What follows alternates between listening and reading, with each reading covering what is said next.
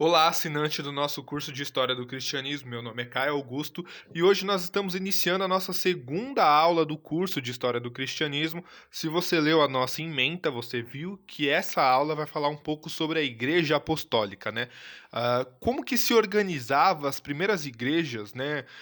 Ainda no período dos apóstolos, enquanto eles ainda estavam vivos. Então, a ideia dessa aula é tentar trabalhar um pouco isso, certo? Bom.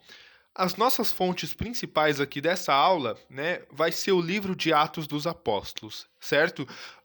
Por que eu vou usar o livro de Atos dos Apóstolos? A gente tem algumas outras fontes, por exemplo, alguns escritos da patrística nos dão alguma noção de como era também as igrejas apostólicas, mas esses textos da patrística, né, Inácio de Antioquia, Clemente de Roma, etc., eu quero deixar para tratar deles justamente na próxima aula, que é a aula de Patrística Pais Apostólicos, que aí a gente vai também falar um pouco de como se organizava a igreja, mas aí já no período dos discípulos dos apóstolos, né? Ou seja, os primeiros bispos, os primeiros, né, líderes da igreja após os apóstolos, né? E aí a gente vai trabalhar várias fontes primárias, né? Porque na patrística, né, esses pais apostólicos deixaram muitos textos escritos e a gente tem uma coleção que eu já vou recomendar aqui para vocês, que é do Brian Kibuka, tá? Professor da Universidade Estadual do Rio de Janeiro, se eu não me engano, que publicou uma coleção, né, de traduções dos textos, né, da patrística por um preço muito acessível, tá? Mas tem outras coleções também excelentes, né? Mas enfim, então essa explicação é só para dizer que a gente vai trabalhar com essas outras fontes mais nas próximas aulas. Nessa aula, a nossa única fonte é o livro de Atos dos Apóstolos, certo? Mas eu também quero usar um pouco desse livro aqui, tá? Que é o livro do curso de História da Igreja, do Jeremias Klein. A gente vai falar um pouquinho desse livro também. Mas então vamos lá. Primeira coisa que eu quero refletir com vocês aqui sobre as primeiras igrejas, as igrejas dos apóstolos, né? É o início do livro de Atos dos Apóstolos, que é o seguinte: o que acreditavam essas igrejas? Qual que era a doutrina, qual que era a pregação dos apóstolos, né? A principal pregação dos apóstolos. Bom, lá no livro de Atos dos Apóstolos, capítulo 2, né? A gente tem, a partir do versículo 14, a gente vai ter uma passagem muito interessante que é a pregação de Pedro. E eu quero falar um pouco sobre essa pregação de Pedro, porque ela nos ajuda muito a entender o início do cristianismo e a organização das primeiras igrejas, certo? Bom, recapitulando o que aconteceu antes dessa pregação, tá? Jesus havia morrido na cruz, né? Segundo a tradição cristã, ele ressuscitou e subiu aos céus. Depois nós temos a descida do Espírito Santo sobre os apóstolos, os discípulos que estavam reunidos, né? E toda a comunidade cristã ali que estava reunida, né? A partir daí, Pedro se levanta e inicia em praça pública, né, numa região ali cosmopolita que tinham pessoas de várias línguas diferentes e todas elas estavam entendendo a pregação de Pedro, ele inicia ali a primeira pregação, basicamente, né, ah, do cristianismo. E no final dessa pregação, ele converte 3.000 almas, certo? Nós, como historiadores, né, do ponto de vista da história científica, certamente que a gente não toma os eventos da Bíblia como eventos literais, né? Então a gente não pode tomar esse evento aqui do ponto de vista histórico. Não estou falando de teologia nem de religião no sentido da fé, tá? Mas do ponto de vista histórico, a gente não toma nós como historiadores temos o cuidado de não tomar esse evento como literal, né? Ou seja, Pedro de fato pregou lá e converteu 3.000 almas.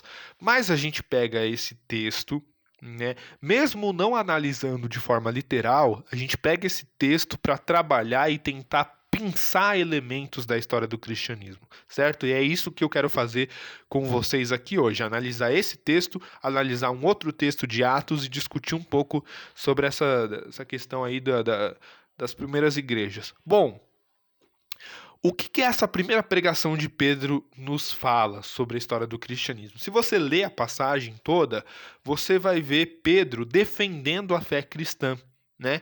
E é um texto apologético, basicamente, né? Ele está ali traçando quais são os princípios que está norteando a fé deles, né? Eles estão começando algo novo, né? Querendo ou não. Eles estão começando algo novo. Então Pedro está explicando o que que é esse algo novo, né? E a pregação de Pedro consiste basicamente em dizer duas coisas, né? Primeiro, defender que o cristianismo é uma continuação do judaísmo, né? Pedro está se defendendo. Esse discurso ele é voltado para quem? Ele é voltado primeiro para os judeus, para dizer, olha, isso que a gente está fazendo não é algo 100% novo, é uma continuação do judaísmo. E de que forma Pedro vai dizer isso? Ele vai sustentar a tese nesse texto, que eu não vou ler aqui o texto, né? Vai estar disponível aí, vocês têm uma Bíblia, né? Essas aulas a gente vai fazer mais a discussão do texto, eu espero que vocês tenham lido o texto, enfim, possam ler.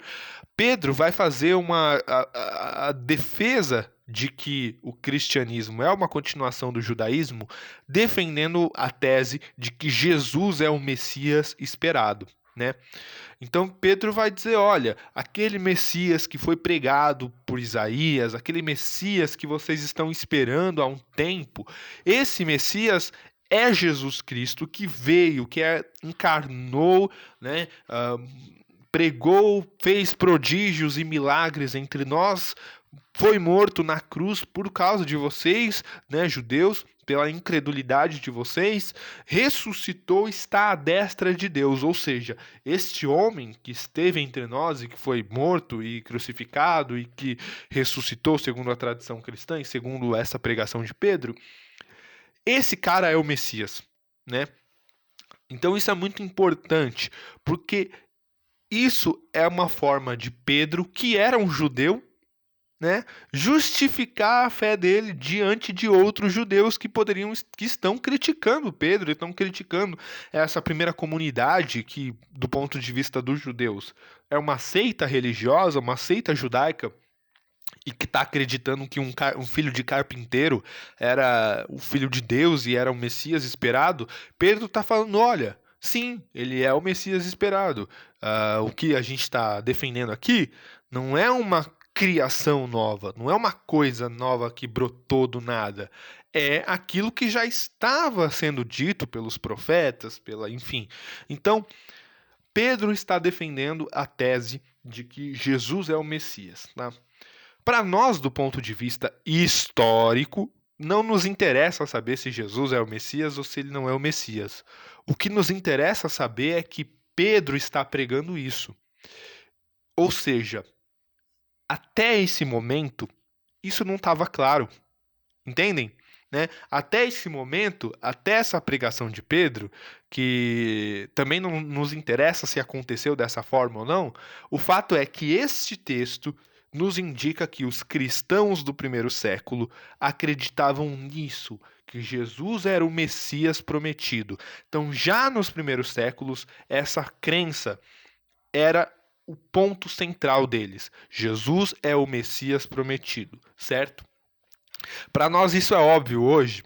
Por quê? Porque vivemos, né, e crescemos e nascemos em um país cristão, com uma tradição cristã, ainda que seja um país laico, né? O Brasil é um país de tradição cristã, né? O Ocidente, de forma geral, é um país de tradição cristã. Então você nasce já sabendo, já alguém contando essas histórias para você, ainda que você não seja cristão, ainda que você seja de outras religiões, você nasce e desde criança te contam essas histórias e você sabe, né, que Jesus, para a fé cristã, é o Messias prometido, né? É óbvio para você, porque você nasceu numa tradição cristã. Mas para a galera daquele período, isso era uma novidade. Por quê? A galera nunca tinha ouvido falar que um carpinteiro, um filho de carpinteiro, era um Messias prometido, que esse Messias prometido veio, na verdade, para redimir dos pecados e não para enfrentar os romanos, enfim. Então, para nós que nascemos numa tradição cristã, seja nós cristãos ou não, isso é óbvio. Mas para a galera daquele período não era óbvio. E por isso foi necessário que Pedro estabelecesse isso em uma pregação, em uma apologética. Entendem?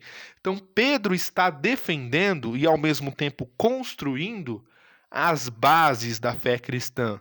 Ou seja, o que aquela galera tem que acreditar? Aquela galera tem que acreditar, primeiro, que Jesus é o Messias.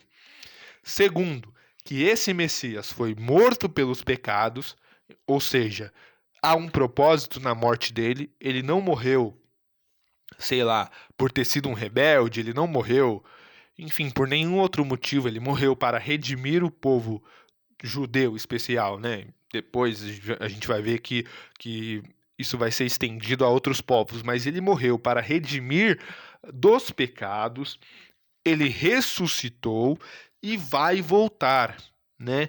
Então, isso que para nós que nascemos numa tradição cristã é óbvio, para aquela galera não era óbvio, e esta pregação de Pedro nos indica isso, né? Que Pedro está construindo os princípios da fé cristã, né? Eu não estou aqui dizendo que Pedro está inventando a fé cristã, né? Claro, se você crê, né, na tradição cristã, você crê que, né, Jesus existiu e que ele pregou essas coisas e que Pedro só está replicando. Mas, do ponto de vista histórico da construção da fé cristã, do pensamento cristão, Pedro está construindo, né, as bases da fé cristã.